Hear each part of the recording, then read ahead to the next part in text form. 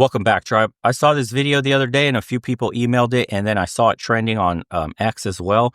This is absolutely wild. Tremendous what the previous president managed to do, or the administration. It's not even political. It's just look at what's happening underneath the surface. He says government's hiding foreclosures, over 1 million loans in default.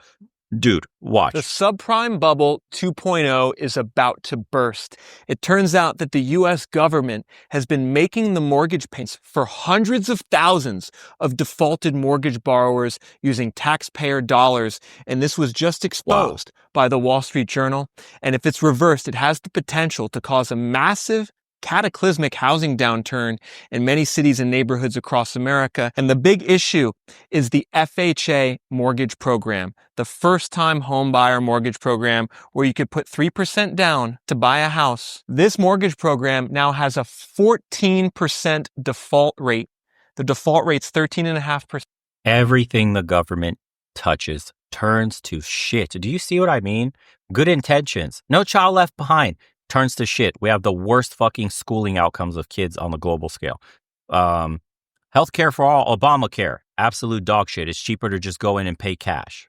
FHA loans. We got a massive fucking 1 million plus loans that are about to default, and the government's been keeping them up so you can make the economy look good. So maybe you could have another 4 years of Biden or some shit. Dog shit. What other government programs were there that were with good intentions that absolutely turned out to be dog shit? Student loans. Government-backed loans. Oh my God, tuition rose to such an extent where you can't even go to school without getting a government-backed loan because it's automatic money, so they keep raising tuitions. Everything they touch is dog shit. Over 1 million mortgage borrowers on the FHA program are currently in default, and the Biden administration basically was blocking these defaulted mortgages from going to foreclosure. And what the Biden administration was doing was that when a mortgage borrower went in default and claimed financial hardship, they stepped in and made the mortgage payments for them. Or they tacked the mortgage payments onto the back of the loan so the borrower has more debt. And this has been something that's been artificially inflating the housing bubble and preventing the foreclosures and the listings from hitting the market. And some of the things that I'm going to show you in this video are going to absolutely shock you. I was shocked and appalled at some of the things I read about what the U.S. government has been doing. This is one of the biggest scams that the U.S. government has been involved with in decades, in my opinion. Because essentially what the government was doing was they were giving this loan program for first-time buyers where your credit score could be as low as 580. You could have a 580 credit score and put 3.5 down. And they would give these borrowers these subprime loans. I mean, these are subprime loans. A bank would never offer these loans without the government backing. And then when that borrower would inevitably default, sometimes within only a year, the government would prevent it from going to foreclosure using taxpayer money. Now that this has been exposed by the Wall Street Journal op-ed, which highlighted that Biden's mortgage relief program caused this subprime crisis and that there's an FHA subprime bubble, what's going to happen now? What's the Trump administration and Elon Musk going to do in response? I think particularly an area that could see lower prices if these foreclosures are allowed to happen. There's around 400,000 backlogged foreclosures right now that are being stopped by the U.S. government. I think if they're allowed to happen, we could see prices in a city like Fort Worth, Texas, where I am right now, we could see them drop by a lot. Because there's a lot of FHA mortgage borrowers here in Fort Worth. A lot of people have actually bought in home building communities from builders like D.R. Horton, FHA, low down payment mortgages, and a lot of them are now going into default. And so I think we could see lower prices here in Fort Worth. We could see lower prices in a city like Las Vegas. We could see lower prices in Orlando. Those are some of the top markets for FHA mortgages in America and would be some of the ones that are most exposed if these foreclosures are set loose and if the Trump administration does the right thing and turns off this subprime mortgage support offered by the U.S. government. And I think some people in the real estate industry watching this might take issue with me calling these subprime loans. They're going to say, no, Nick, these loans have income documented. They're nothing like the mortgages from the mid-2000s. But the crazy thing, everyone, is that when you look at the credit quality of these mortgages, they're horrible. They're worse than they were in the mid-2000s. The Wall Street Journal has a graph showing the percentage of FHA borrowers who have a debt-to-income ratio above 43%. It's over two-thirds. Over two-thirds of FHA borrowers, when they get the mortgage, have to pay over 43% of their income to debt costs. I want you to think about that. That means pretty much anyone borrowing from the FHA program right now is doing so in a situation where they can't really afford the payments. Back actually in the 90s and 2000s, it was only a quarter of all FHA mortgages had a debt to income above 43%. And some of the stuff that was happening here, folks, was absolutely wild. If you go further into this Wall Street Journal article, they mention how in 2024, mortgage servicers made 552,000 incentive payments to mortgage borrowers to prevent them from getting. Well, that's insane. To prevent the foreclosures, guys. Look, it says consider a borrower. That's insane. So the borrower is 56,000 deeper in debt, though with no additional interest. If he misses payments again, the servicer rinses and repeats, getting paid $1,750 every time it lathers up. The FHA also lets servicers charge borrowers legal fees, typically several $1,000s that are added to the mortgage principal. What the fuck? It says government-backed mortgage relief has become a cash cow for servicers, some of which originated the risky loans they are paid not to foreclose. Oh my God. Foreclosed on. Translation, mortgage servicers took money from the U.S. government FHA mortgage program and put it in the pockets of defaulted home owners under the FHA mortgage program who could not make their payments. That is absolutely absurd. What's even more absurd is that in some cases, the government is automatically lowering the mortgage payments for these defaulted borrowers by 25%. If you go to the FHA mortgage website, it says very plainly, if you're in default and claim financial hardship, you could have your payments reduced by 25% with no contact. They could just do it automatically. And I sincerely hope that Scott Turner, the new head of the FHA, sworn in under the Trump administration a couple weeks ago, takes a serious look at what's going on in his department. And so, folks, get this. There's 7.8 million FHA mortgages outstanding. That's approximately 17% of all mortgages. So there's 54 million mortgages total. 13% are already in default. And actually, 17% of the mortgages originated in 2022 are in default. So think about that. Look at these numbers. Holy hell. So let's just count from 2020 when the COVID stuff happened. 14% of those are in default. From 2021, 13% of those went in default. The 2022 ones are 17% in default. 2023, 15% of those are in default. That's insane. So, think about that. 17% of these mortgages originated less than 3 years ago are already in default. The borrower is not making payments. And so if you were curious why home prices haven't dropped by more, why this housing market seemingly still makes no sense in most parts of the country, the buyer demand's way down, the inventory is way up, but the prices haven't really come down in most areas. Well, this is one of the reasons. Your government was actively conspiring to prevent the needed inventory from coming to the market. Excuse me. How's it going? Do you know what's going on with this house over here? Yeah, I saw they've cut it from like 325 to 280 or something. When did you move in? April. And did you buy it from the builder or was it a resale? Was it D.R. Horton? If you don't mind me asking, what's the price range? Your house looks bigger.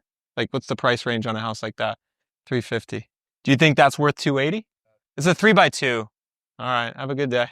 So that's interesting, everyone. Even with these foreclosures being prevented from happening, the prices are already dropping. So you got to ask the question, what happens to prices if the foreclosures are allowed to let loose? There's around 900,000 homes on the market in the US right now. If we were to allow the 400,000 foreclosures to go through, that would increase inventory by about 40%, and it would probably double or triple inventory in neighborhoods like where I am right now in Fort Worth. You can see here in Dallas, data on RevenTrap is showing that home prices are actually flat year over year across the metro, but are going down in most zip codes. So most zip codes in Dallas are experiencing declining prices. And in general, it's the lower income areas where the prices are dropping, the areas with more FHA mortgage borrowers, the areas where the investors are selling. That's where the prices are dropping, while the higher income areas still have prices going up. And you can actually see here, folks, we have another house here for sale. Now, this is from Starlight Homes. Now, this is a 3-bed, 2-bath, 1,600 square feet on the market for $321,000. Golly. Still sitting here on the market. You could tell they got a lot more homes in inventory. And if you're wondering why the prices are dropping and why that seller over there had to cut from 320 to 280, it's because of the builder, right? So the builder over here is pricing a new home at 320, built in 2025.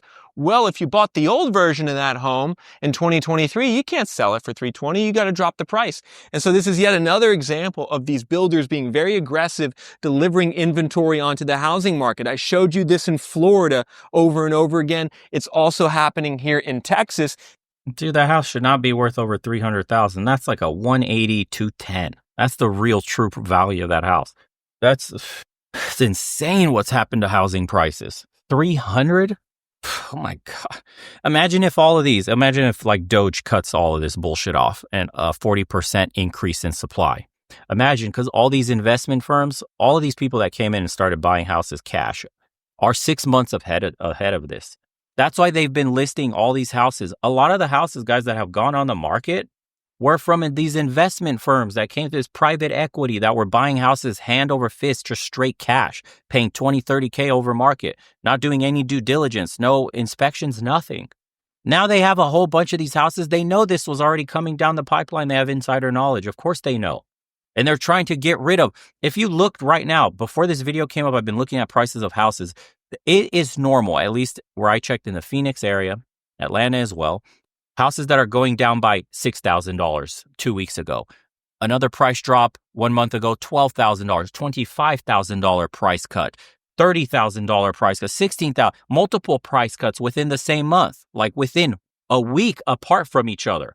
A lot of them were from private equity. These people know what the fuck's happening, these companies, and they're trying to get rid of all their houses before this shit goes fucking mainstream. And you have a massive 40% increase in supply with absolutely no buyers even right now wanting to buy at these prices, especially with these interest rates. Your monthly payment is absolutely fucking insane. What do you think will happen to the property prices? Absolutely, they're going to come down. 20%, 30%, probably. Who knows? Especially in heavily hit areas that depend on FHA loans. Absolutely. Absolutely. And that will just have a further downward pressure on price overall. Do you know how many people are underwater that got those loans and just in the last few years alone? That if their mortgages, imagine you pay $350 for a house, but all of a sudden with this supply shock coming in, imagine your house is now worth $100K less and you're stuck in that mortgage. You're immediately underwater. You have negative equity. Oh my Lord, dude. Wow. What is that going to do to people? Yeah, that's crazy. If you want to see this full video, it's Reventure Consulting. And he talks about it. He lays it out really well. His channel's really good too. He lays out a bunch of this stuff. He's constantly walking around neighborhoods and showing you the price changes and shit that's happening. It's mind blowing. If you're sitting on cash right now or getting ready to buy a house, you potentially have a golden opportunity in front of you in the next year or two. Seriously. Jeez. The comment section. If you see this guy walking around your neighborhood, you better sell. Oh, man. Yeah. One of the biggest reasons they don't want foreclosures is to keep the assessed value high. The property tax fraud scam. Yeah. Says, I just got back from the National Association of Default Professionals, and this info is 100% correct. Buckle up, people. First-time home buyers with lousy credit scores putting down 3%. What could possibly go wrong? Says it's so bizarre to be living through the same series of events leading into the collapse that I remember being too young to fully understand in 2007 and 2012. Yeah. My house was 3.5% down in 2016. When the Fed say they were going to start raising rates back in 2022, that's when I knew this day was coming and I put my house for sale for nearly double what I paid for it. I took the proceeds and now I have a new, cheaper, downsized place paid for with no mortgage. Did I do the right thing? Yes, you did, car maintenance guy. You fucking nailed it. Now, enjoy the collapse from your fully paid off house. Jeez. Yeah, this guy says, if you're a responsible renter, you are paying taxes to give it to the other leveraged home buyers who should have defaulted. This country punishes responsible people and rewards bad decisions. Nick just told that guy his house is now worth $280K and soon less. And look, he's got another video here. I think I'll watch that myself on my own time. Landlords going into default. Florida rental market on verge of probably collapse. He's got a picture here showing rent was what, $2,100, and now it's $1,475 a month. Yes, indeedy, boys. We're getting close. They have to crash the market. They have to crash all assets, real estate included, stock market. We can't service the fucking debt payments we have on our $1 trillion interests. We're paying $1 trillion on interest alone for the debt that we have in the United States. They have to. This is going to be a controlled demolition of the economy. Why do you think they're doing all these tariffs? Why do you think they're tightening up all this shit, getting rid of some government programs? $1 trillion is what we're paying on the interest alone for government debt. We will literally go bankrupt if we do not crash every other asset and prop up the dollar so that interest rates on those bonds go lower and that we're able to service our debt as a whole country. Get ready, dude. It's not an accident. They are doing a controlled demolition of this shit. At least they hope it's controlled. Hey, here we go. Strap in, eh? And we'll see you on the next one.